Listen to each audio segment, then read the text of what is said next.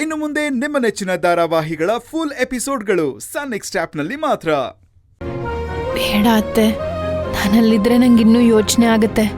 ಕರ್ಣನ್ಗೆ ಹತ್ರ ಇದ್ರೆ ನಂಗೂ ಒಂದು ಸಮಾಧಾನ. ಈಗ ಕರ್ಣನ್ ಕೇರ್ ಟೇಕರ್, ಡಾಕ್ಟರ್ ಎಲ್ಲ ನಾನೇ.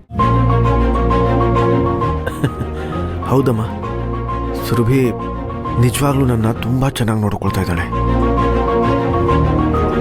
ಇಲ್ಲಿರೋ ನರ್ಸ್ಗಳೆಲ್ಲ ಇವಳಿಂದಾನೇ ಕಲಿಬೇಕು. ಇಲ್ಲಿರೋ ಡಾಕ್ಟರ್ ಕೂಡ ರೋಗಿಗಳನ್ನ ಹೇಗೆ ನೋಡ್ಕೋಬೇಕು ಅನ್ನೋದನ್ನ ಇವಳಿಂದಾನೇ ಕಲಿಬೇಕು. ಅಳಿಯಂದ್ರೆ ನಿಮ್ಮ ಅಜ್ಜಿ ನಿಮ್ಮನ್ನ ನೋಡ್ಬೇಕು ಅಂತ ತುದಿಗಾಲಲ್ಲಿ ನಿಂತಿದ್ದಾರೆ. ಅವ್ರಿಗೆ ಕಾಲ್ ನೋವು ಸ್ವಲ್ಪ ಹೆಚ್ಚಾಗಿದ್ರಿಂದ ಬರೋಕ್ಕಾಗ್ಲಿಲ್ಲ. ಪರವಾಗಿಲ್ಲ ಮಾವ, ನಿನ್ನೆ ಸುರಭಿ ಫೋನ್ ಮಾಡಿ ಕೊಟ್ಟಿದ್ಲು, ಮಾತಾಡ್ದೆ. ಬರೀ ಮಾತಿಗೆ ಸಮಾಧಾನ ಪಟ್ಕೊಳ್ಳೋ ಜೀವನ ಅದು.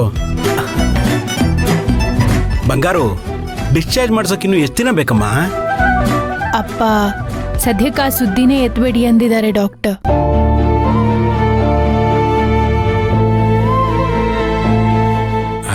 ಅಳಿಯಂದ್ರೆ ನಿಮ್ ಹತ್ರ ಒಂದು ಮುಖ್ಯವಾದ ವಿಚಾರ ಹೇಳಬೇಕಿತ್ತು. ಹೇಳಿ ಮಾವ. ಆ ಲಾಯರ್ ಪದ್ಮನಾಭನ್ಗೂ ರಾಕೇಶ್ಗೂ ಮುನೇಂದ್ರ ಬೇಲ್ ಕೊಡಿಸ್ಬಿಟ್ಟಿದ್ದಾನೆ. ಇನ್ನ ಮನೆ ಹಾಡ್ರು ಏನೇನ್ ಮಾಡ್ತಾರೋ ಗೊತ್ತಿಲ್ಲ.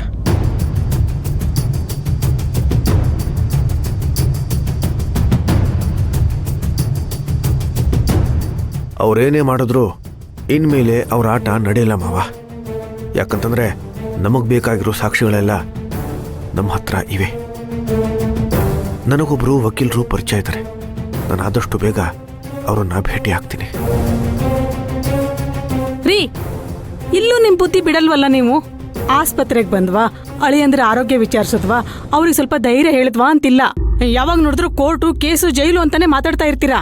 ಇನ್ನು ಸ್ವಲ್ಪ ತಿದ್ರೆ ಅವ್ರ ತಲೆ ತಿಂದ್ಬಿಡ್ತೀರಾ. ನಡ್ರಿ ಹೋಗೋಣ.